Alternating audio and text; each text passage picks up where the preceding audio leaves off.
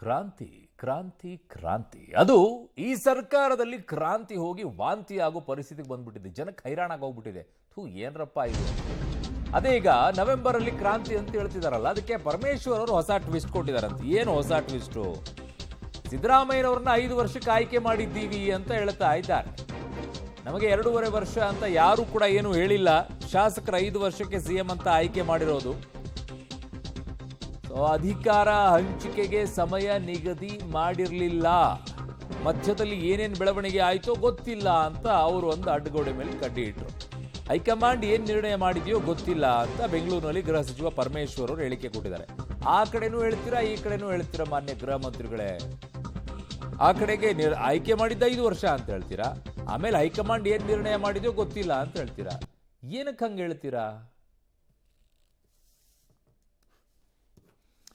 So ಇಲ್ಲಿ ಹೇಳ್ತಾ ಇರುವಂಥದ್ದು ಅಧಿಕಾರ ಹಂಚಿಕೆಗೆ ಸಮಯ ನಿಗದಿ ಮಾಡಿರಲಿಲ್ಲ ಅಂತಾರೆ. ತದನಂತರ ಹೈಕಮಾಂಡ್ ಏನ್ ನಿರ್ಣಯ ಮಾಡಿದೆಯೋ ಗೊತ್ತಿಲ್ಲ ಅಂತಾರೆ. ಕ್ಲಿಯರ್ ಆಗಿ ಹೇಳಿ ಮಾನ್ಯ ಡಾಕ್ಟ್ರೇ, ನಿಮಗೆ ಗೊತ್ತಿದೆಯಾ ಅಥವಾ ಗೊತ್ತಿಲ್ವಾ? ನಿಮಗೆಲ್ಲ ಹೇಳಿದ್ರಾ ಅಥವಾ ಹೇಳಿಲ್ವಾ? ಅಥವಾ ನಿಮಗೆ ಬದಲಾವಣೆ ಮಾಡೋಕ್ಕೆ ಇಷ್ಟ ಇಲ್ವಾ? ಅಥವಾ ಸಿದ್ದರಾಮಯ್ಯನವರು ಮುಂದುವರಿಯೋದಾದರೆ ಮುಂದುವರಿಲಿ, ಅವರ ಬದಲಾಗಿ ಡಿ ಕೆ ಶಿವಕುಮಾರ್ ಆಗೋದಾದರೆ ಬೇಡ ನಮ್ಮದು ಅನ್ನುವಂಥದ್ದಾದರೂ ಇರಬೇಕು. ಅದನ್ನಾದರೂ ಹೇಳಿ. ಏನು ಇದೇ ರೀತಿಯಲ್ಲಿ ಆಗಬೇಕಾ ರಾಜ್ಯ, ಅಥವಾ ಬೇರೆ ಏನಾದರೂ ಚರ್ಚೆ ಆಗಬೇಕಾ? ಗೋಜಲು ಗೋಜಲು ಗೋಜಲು, ಒಂದಾದ ನಂತರ ಒಂದು ರೀತಿಯಾದಂತಹ ಬರ್ತಾವೆ ಮಾತುಗಳು. ಅದಾದ ನಂತರ ಈಗ ಸರ್ಕಾರ ನಡ್ಕೊಳ್ಳೋ ರೀತಿಗಳು. ಮಾತು ಹೇಳಿದ್ದಾರೆ ಸರ್, ಹೈಕಮಾಂಡ್ ಒಪ್ಪಿದ್ರೆ 5 ವರ್ಷಗಳ ಕಾಲ ಸಿಎಂ ಆಗಿರ್ತೀನಿ ಅಂತ ಹೇಳಿದ್ದಾರೆ. ಅದರಲ್ಲೇನು ತಪ್ಪಿದೆ? ಹೌದು, ಒಪ್ಪಿದ್ರೆ ಅಂತಾನೆ ಹೇಳಿದ್ದವರು. ನಾವು CLP ನಾಯಕರನ್ನ ಆಯ್ಕೆ ಮಾಡಿದಾಗ 23 ಚುನಾವಣೆಯಲ್ಲಿ ಮೇ ತಿಂಗಳಲ್ಲಿ ನಮ್ಮ ಪಕ್ಷ ಅಧಿಕಾರಕ್ಕೆ ಬಂದಾಗ, ಮೆಜಾರಿಟಿ ಬಂದಾಗ ಎಲ್ಲ ಶಾಸಕರನ್ನ ಕರೆದು CLP ನಾಯಕರನ್ನ ಆಯ್ಕೆ ಮಾಡಿದರು. ಅವತ್ತೇನು ನಮಗೆ ಯಾವುದೇ ದೃಷ್ಟಿಯಿಂದ ಬರೀ 2.5 ವರ್ಷ ಮುಖ್ಯಮಂತ್ರಿ ಅಂತ ಹೇಳಿರಲಿಲ್ಲ. ನಮ್ಗೆ ಹೈಕಮಾಂಡ್ನವರು ಅವತ್ತು ಆಯ್ಕೆ ಮಾಡಿದಾಗ ಸಿದ್ದರಾಮಯ್ಯನವರು CLP ನಾಯಕರು ಅಂತ ಘೋಷಣೆ ಮಾಡಿದರೆ ಬಿಟ್ಟರೆ ಸಮಯ ನಿಗದಿ ಮಾಡಿರಲಿಲ್ಲ. ಈ ಮಧ್ಯದಲ್ಲಿ ಏನೇನೋ ಅದೆಲ್ಲ ಬೆಳವಣಿಗೆಗಳು ನಮಗಂತೂ ಏನು ಗೊತ್ತಿಲ್ಲ. ನಮ್ಮ ದೃಷ್ಟಿನಲ್ಲಿ ನಾವು ಆಯ್ಕೆ ಮಾಡಿರೋದು ಸಿದ್ದರಾಮಯ್ಯನವ್ರನ್ನ ನೀವು 5 ವರ್ಷ ಮುಖ್ಯಮಂತ್ರಿಗಳಾಗಿರಿಯಪ್ಪ ಅಂತ ಮಾಡಿದ್ದೀವಿ. ಅದ್ರ ಮೇಲೆ ಹೈಕಮಾಂಡ್ ಏನು ತೀರ್ಮಾನ ಮಾಡುತ್ತೋ ಅದನ್ನು ಒಪ್ಕೊಳ್ತೀವಿ ನಾವು, ಅಷ್ಟೇ. ನಮ್ಮ ಅವ್ರು ಹೇಳಿದ್ದು ಇವ್ರು ಹೇಳಿದ್ದೆಲ್ಲ ಬಿಡ್ರಿ. ನಾನು ಹೇಳೋದು, CLPಯನ್ನು ಆಯ್ಕೆ ಮಾಡುವಾಗ ನಾವು ಯಾವುದು ಸಮಯ ನಿಗದಿ ಮಾಡಿಲ್ಲ. ಮಧ್ಯದಲ್ಲಿ ಹೈಕಮಾಂಡ್ನವ್ರು ಏನಾದರೂ ತೀರ್ಮಾನ ಮಾಡಿದರೆ ಅದು ಅವ್ರಿಗೆ ಬಿಟ್ಟಿರೋದು, ನಾವು ಹೇಳೋಕ್ಕಾಗತ್ತಾ?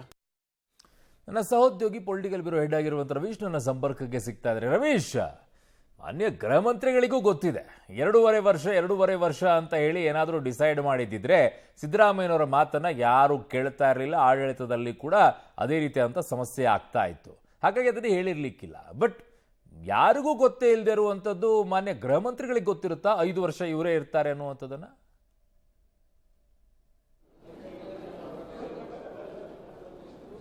ಅರುಣ್, ಖಂಡಿತವಾಗಿ ಕೂಡ 7.5 ವರ್ಷ ಪವರ್ ಶೇರ್ ಆಗಿಲ್ಲ, ಅದ್ರ ಬಗ್ಗೆ ನಮ್ಗೆ ಯಾರಿಗೂ ಕೂಡ ಗೊತ್ತಿಲ್ಲ ಅನ್ನೋದು ಎಷ್ಟು ಸತ್ಯವೋ ಅಷ್ಟೇ ಸತ್ಯ. ಎಲ್ಲೋ ಒಂದು ಕಡೆ 5 ವರ್ಷ ಕಂಪ್ಲೀಟ್ ಆಗಿ ಕೂಡ ಇರ್ತಾರೆ ಇವರೇ ಅನ್ನೋದ್ರ ಬಗ್ಗೆ ಕೂಡ ಯಾರೊಬ್ಬರು ಕೂಡ ಹೇಳಿಲ್ಲ.